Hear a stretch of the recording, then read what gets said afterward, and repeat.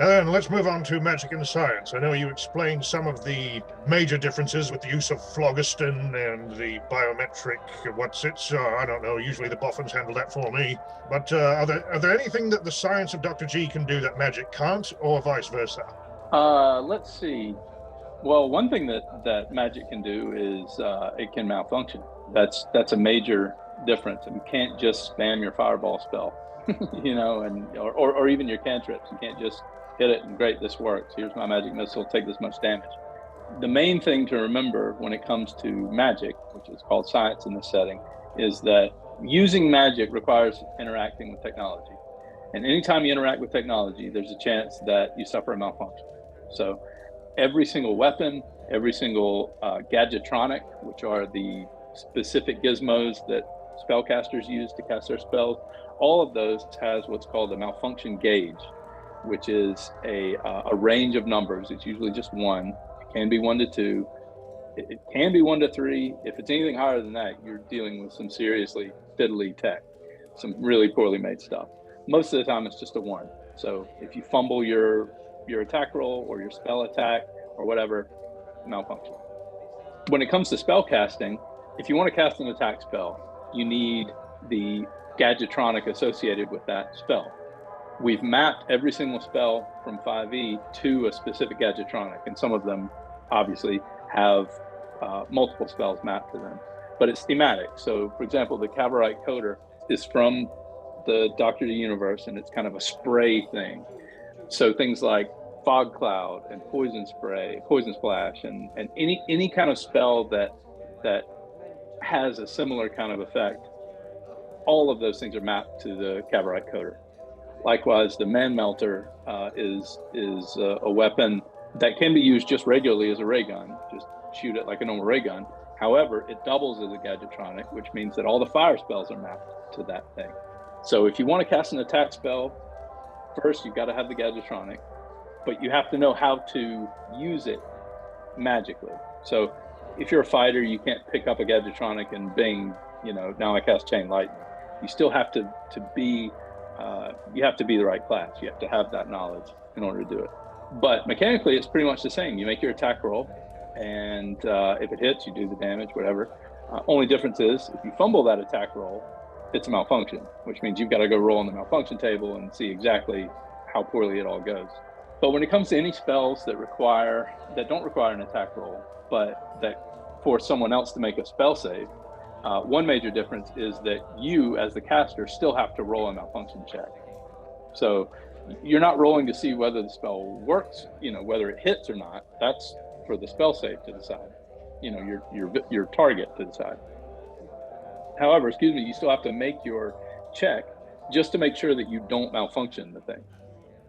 So if you want to cast a charm spell, then you have to have, I think, a Traveler's Face Shield and have to be able to know how to cast a charm spell. And you make your check. I rolled a 3. Fine. It's outside of that gizmo's malfunction gauge, so no worries. Now the guy makes their save, and you see if they fall under your spell or not. So it's an extra roll you have to make, but all you're doing is just making sure it doesn't malfunction.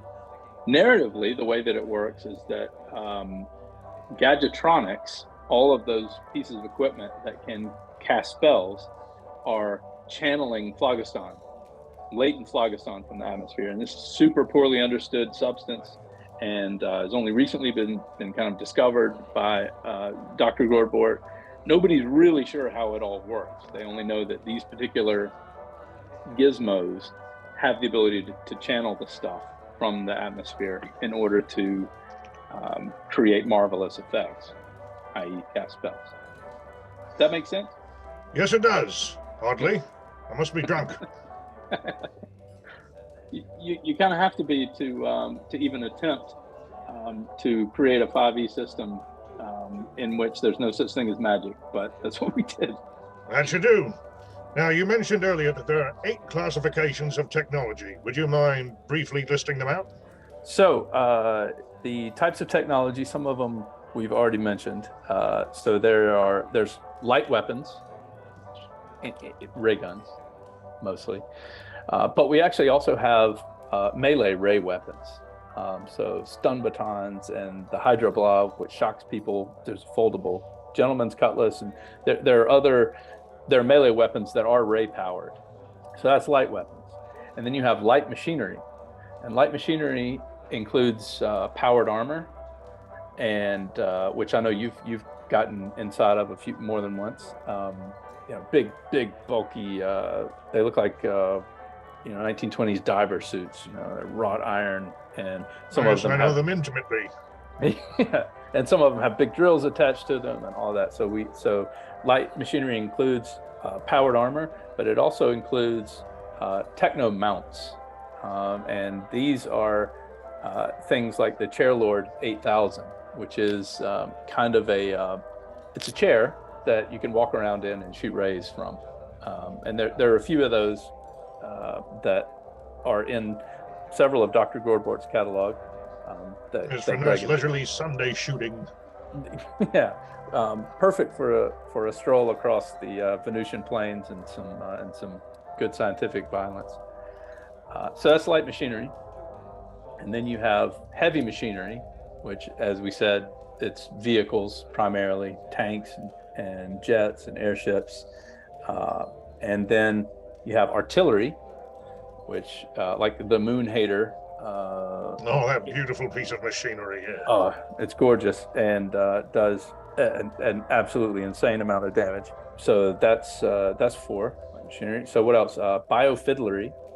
This is what we talked about. What druids, or what we call anatomalies, use to inject phlogiston directly into their organs, and in doing so, the technology doesn't suffer a malfunction. It's actually their organ that does, depending on which organ they've targeted, because each spell is mapped to an organ, each druid spell. So some things require you to inject it in your heart, in your lungs, or whatever. As long as they leave the liver alone, that one's reserved. Yeah, or heavily calloused in your case. Oh, and then we have Martian glass, which is a very specific kind of technology, and it's reserved for the sorcerers. Martian glass is a very poorly understood, very, very rare type of technology, and nobody's really sure how it works, and very, very few people can use it, but it requires a piece of what is called specially shaped Martian glass, and it's how sorcerers cast their spells. And then there is, what am I missing? Did I say 8? I think I did say 8. I wasn't keeping count. Again, I'm drunk. Well, I mean, maybe I am too. Let me pull these up for you, Cockswain, to make sure I get them all defined for you. It is, at this point, a rather massive book that we're writing. We're approaching 100,000 words, so forgive me if I don't have that. Some sacrifices must be made to educate oneself. You're so understanding, Coxie. That's why I always love our chats. Of course, I owe everything to the Dr. G arsenal of weaponry. It's the least I can do.